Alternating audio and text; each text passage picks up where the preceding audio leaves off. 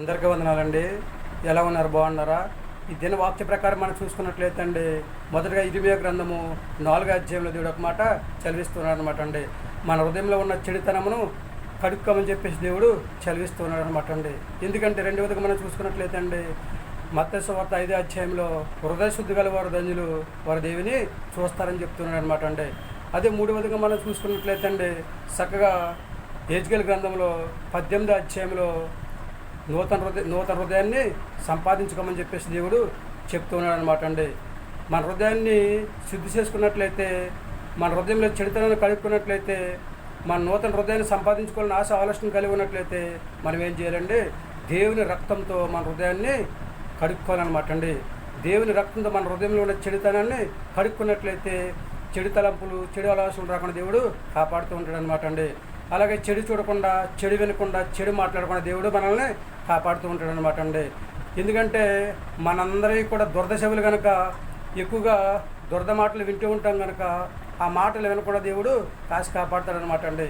దేవుడు చిన్న మహా ఉచితమైన కొన్ని బట్టి దేవుడు మనందరినీ కూడా దీవిస్తూ ఉంటాడు, ఆశీర్వదిస్తూ ఉంటాడు, అభివృద్ధి చేసి ఒక ఉన్నతమైన స్థితిలో ఉంచడానికి దేవుడు ప్రయత్నం చేస్తూ ఉంటాడు అనమాట అండి. మరేమన్నా ఆలోచన చేసుకుంటున్నారండి? దేవుని మాట విని ఆయన మాట ప్రకారం నడుచుకుని ఆయనకు అంగీకారంగా జీవించి భూమి మీద మంచి ఆరోగ్యం కలిగి ఆయన రాజ్యవారసులుగా జీవించే యోగ్యతను సంపాదించుకుని హాయిగా జీవించే యోగ్యతను కలిగి ఉందామా? ఏమంటారు? మీ ఆలోచన మీదేనండి. దేవుడు మనల్ని, మన పిల్లల్ని అందరిని కూడా దీవిస్తూ ఉంటాడు అనమాట అండి. మన పిల్లలకు మంచి జ్ఞానం కావాలన్నా, తెలివి కావాలన్నా, ఆరోగ్యం కావాలన్నా, స్కూల్కి వెళ్ళి చక్కగా చదువుకోవాలన్నా, స్కూల్కి వెళ్ళేటప్పుడు వచ్చేటప్పుడు క్షేమంగా రావాలన్నా దేవుడు మన పిల్లల్ని, మనందరిని కూడా దేవుడు దీవిస్తూ ఉంటాడు అనమాట అండి. చక్కగా చదువుకోవడానికి దేవుడు మంచి జ్ఞానం మన పిల్లలకి దయచేస్తూ ఉంటాడు అనమాట అండి. మరి మనం ఆలోచన చేసుకుంటారండి?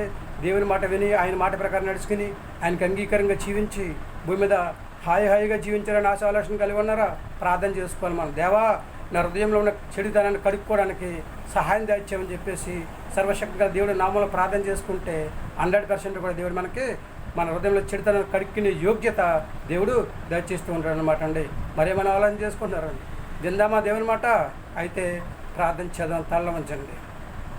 మహాపరిషుని పరలోకపు తండ్రి, ఈ ఘనమైన పాదాలు ఎక్కడైనా స్తుతిస్తుంది ప్రభా. ఈ బిడ్డలందరూ తండిస్తుందో తండ్రి, వాళ్ళ హృదయంలో ఉన్న చెడుతనం తండిస్తుందో, కడిక్కిని తండిస్తుందో, హృదయాన్ని శుద్ధి చేసుకుని తండ్రి ప్రభా, నిన్ను చూసే యోగ్యతను ప్రభా దయచేయని ప్రార్థిస్తున్నాం ప్రభా. ఈ కొనా తండ్రి, ప్రతి ఒక్కరు నీ మాట విని నీ మాట ప్రకారం నడుచుకుందని ప్రభా, నీకు అంగీకారంగా జీవించే యోగ్యత ప్రభా ప్రతి ఒక్కరికి దయచేయండి. చిన్నలనేమి, పెద్దలనేమి, యవనస్తులనేమి, వృద్ధులనేమి తండిస్తున్నారు. 1 by 1 ప్రతి బిడ్డను ప్రభా పేరు దీవించి ఆశీర్వదించండి. ఎవరికి కావాల్సిన సహా వరకు దయచేయండి. అందరినీ కూడా దీవించండి, ఆశీర్వదించండి. అందరికీ మంచి ఆరోగ్యం దయచేయమని మా ప్రార్థన ఆలకించండి. మా ప్రార్థన తగిన తత్వాలను దయచేయండి. మా కొరకు తరగని యేసుక్రీస్తు ప్రయాసమైన నామములో అడిగి వేడుకొంచున్నాం తండ్రి.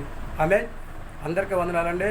ప్రియ దేవుని ఆశీర్వాదాలు మీకు తోడుగా ఉండేది కాక దేవుడు మీకు కలిగి ఉన్న సమస్తాన్ని దీవించి ఆశీర్వదించి మనందరినీ కూడా దేవుడు ఒక ఉన్నతమైన స్థితిలో ఉంచి మంచి ఆరోగ్యం దయచేసి హాయిగా జీవించే యోగ్యత దేవుడు మనందరికీ దయచేయను గాక. ఆమేన్. మనందరం కూడా అండి దేవుడి మాట విందామండి.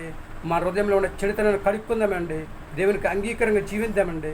దేవుడిచ్చే ఆశీర్వాదాన్ని, దేవుడిచ్చే కృపను, దేవుడిచ్చే దీవెన సంపాదించుకుని ఆయన రాజ్యవారసుగా జీవించే యోగ్యతను కలిగి ఉండి హాయిగా మంచి ఆరోగ్యం కలిగి క్షేమకరమైన జీవితాన్ని కలిగి దేవుడు మనల్ని ఎంతగానో దీవించాలని ప్రార్థన చేసుకుని దినదినం కూడా ప్రార్థన చేసుకుని హాయిగా మన భూమి మీద జీవించే యోగ్యత కలిగి ఉందామంటారా? ఏమంటారు? మరి వింటారా దేవుని మాట?